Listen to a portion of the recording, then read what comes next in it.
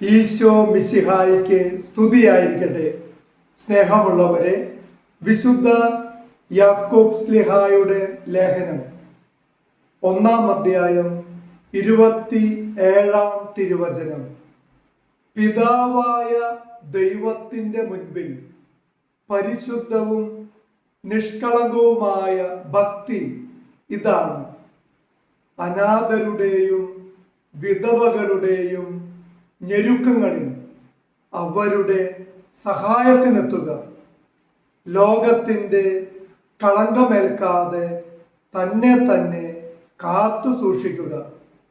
പിതാവായ ദൈവത്തിൻ്റെ മുൻപിൽ പരിശുദ്ധവും നിഷ്കളങ്കവുമായ ഭക്തി ഇതാണ്: അനാഥരുടെയും വിധവകളുടെയും ഞെരുക്കങ്ങളിൽ അവരുടെ സഹായത്തിനെത്തുക, ലോകത്തിൻ്റെ കളങ്കമേൽക്കാതെ തന്നെ കാത്തു സൂക്ഷിക്കുക.